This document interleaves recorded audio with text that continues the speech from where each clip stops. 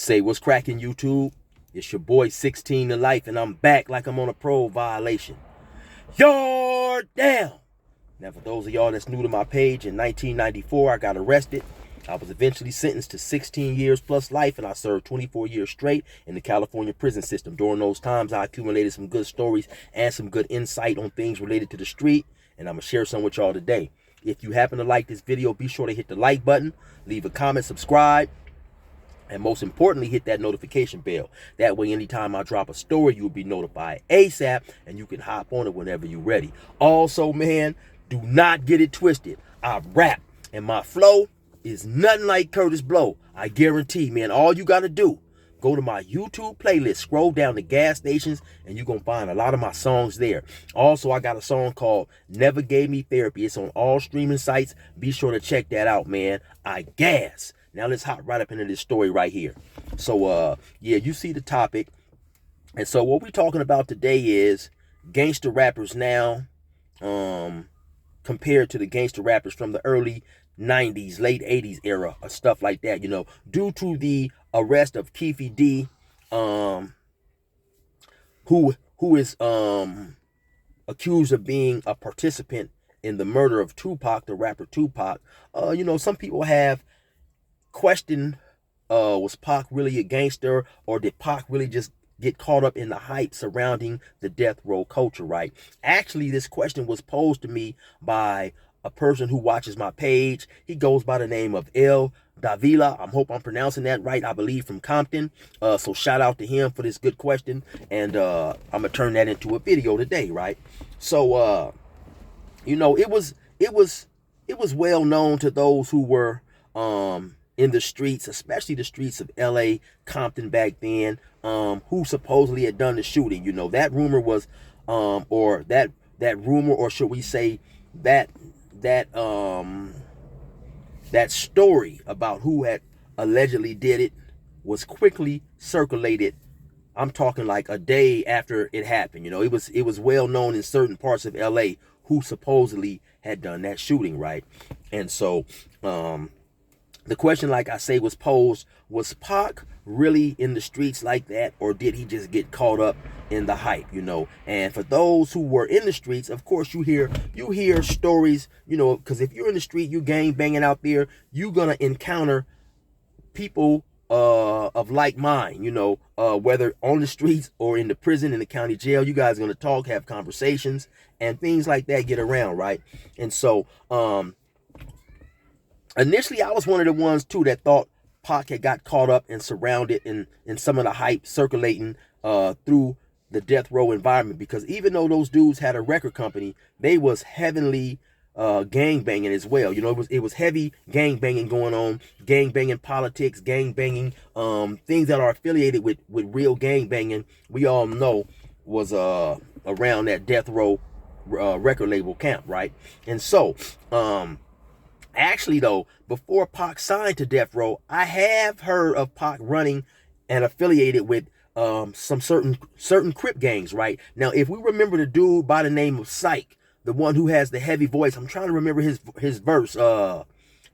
Syke had a verse on a song. He had a couple songs with Tupac, but Syke, of course, is from IVC, for anybody who knows, you know, or for anybody who don't know. And actually, maybe about 3 or 4 months ago, somebody reached out to me and was telling me how Pac used to be in their hood, on the corner, on the block all the time, you know, hanging out with those guys and stuff. And so Pac also used to run with another another Crip gang I've heard, you know. And so I won't say the gang because I'm not 100% about that, but I definitely heard that Pac, you know, when he came out to LA from Oakland or whatever, he was affiliating himself with certain Crip organizations and stuff like that.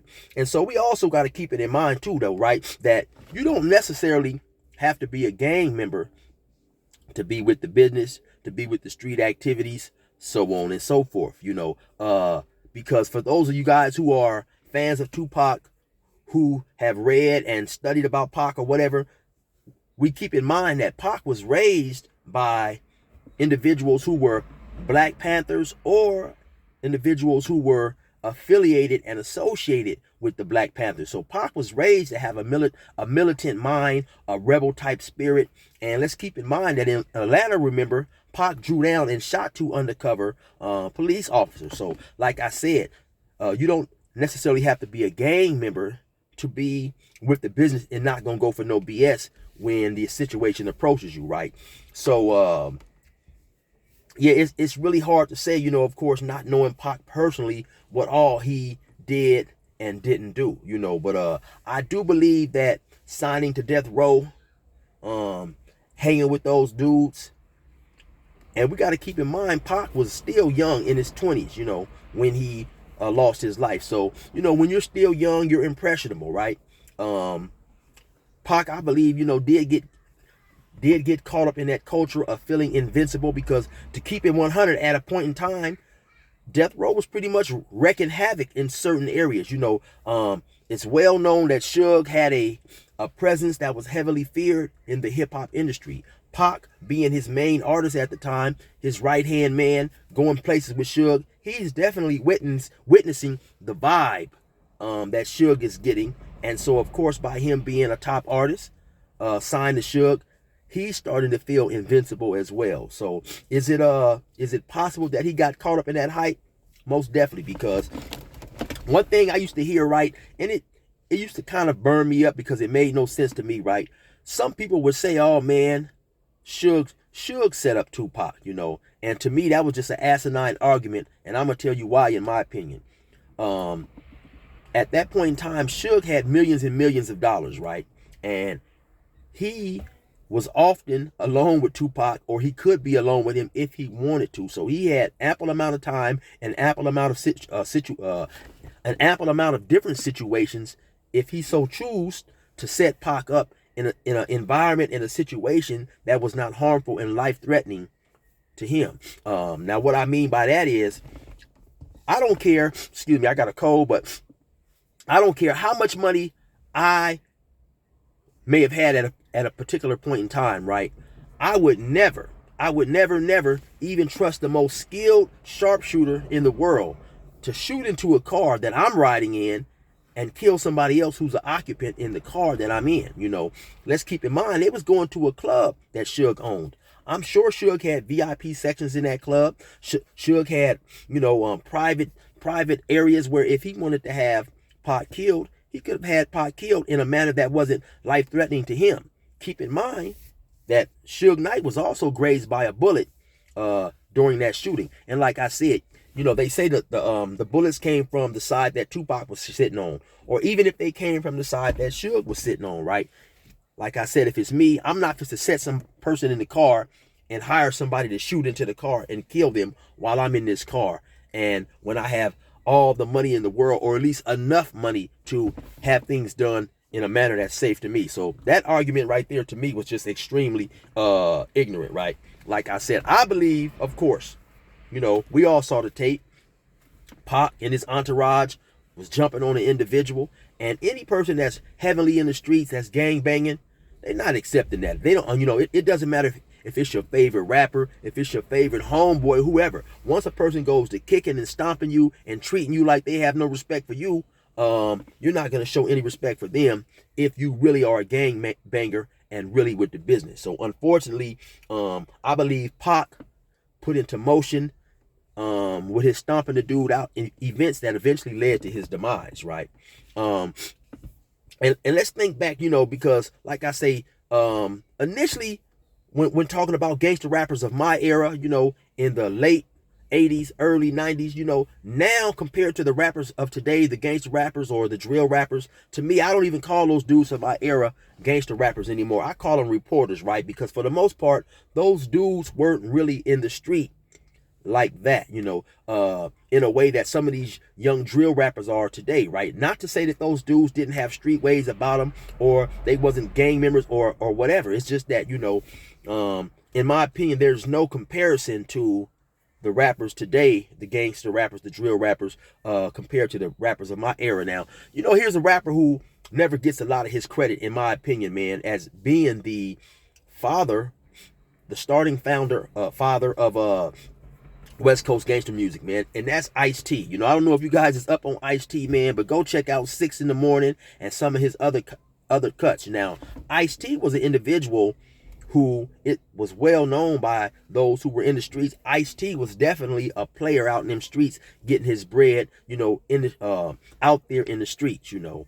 But then of course Ice-T. Then you had N.W.A. Now, it was known that Eazy-E was a drug dealer, you know, and you may have had some of the other guys, Ren and Cube, may have grew up in gang-related areas, but were they really out there gang banging and stuff like that? You know, I don't think so. And actually, like I said, I don't think many rappers from that era was really out there in the streets the way their records portrayed. You know, from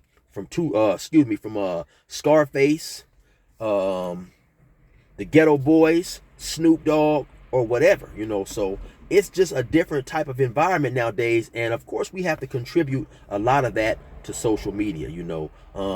When you know your movements can be followed and shown to the world, that's going to influence, you know, that's going to influence a lot of different things, you know.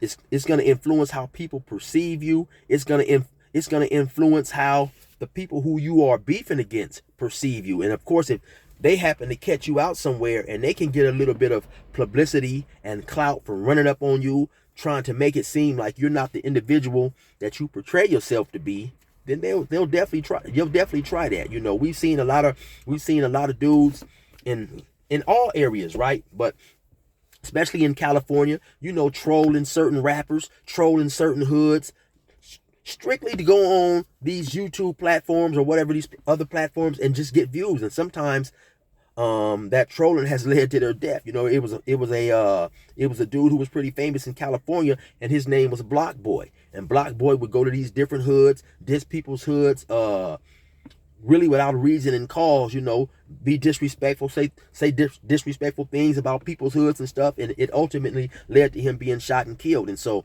of course, you know, in my era when I grew up, late 80s, early 90s, when there was no social media, you know, certain things just stayed in the streets, and it wasn't publicized all over the world. And so it definitely did influence anyone outside of gang members and things like that, you know. So I definitely believe that it's a difference in gangster rappers of my era, once again, late 80s, early 90s, compared to the dudes today, you know, the famous gangster rappers or drill rappers, whether it's King Von or whoever it may be. You know, there's definitely a big difference. Like I say, I refer to the rappers of my era now, in hindsight, as pretty much a reporters, you know. And back then in my days, you know, you could do a little bit of embellishing in your song, you know, or I don't even think we should call it embellishing, right? Because the way the song was presented, you knew this dude didn't wake up and shoot five dudes before 9 o'clock, then the next day kill 3 more. It was just music. But now I think that, you know, it's kind of turned to where the crowd really expects for a person rapping to be about everything that he's saying and portraying in these songs, right? And so yeah, that was just my little breakdown on gangster rappers in my days opposed to the gangster rappers nowadays, due to the situation about Tupac. You know, Tupac's a person, an arrest being made in the Tupac case is what I should say, I guess, you know. So you guys have to really decide for yourself, because like I say, of course I didn't know him personally, so was Tupac really in the streets like that? And you know, did his activities, I guess, lead to his demise, you know? So according to the guy that got arrested, it did. But anyway, you already know what it is. It's your boy 16 to life. Resume normal program.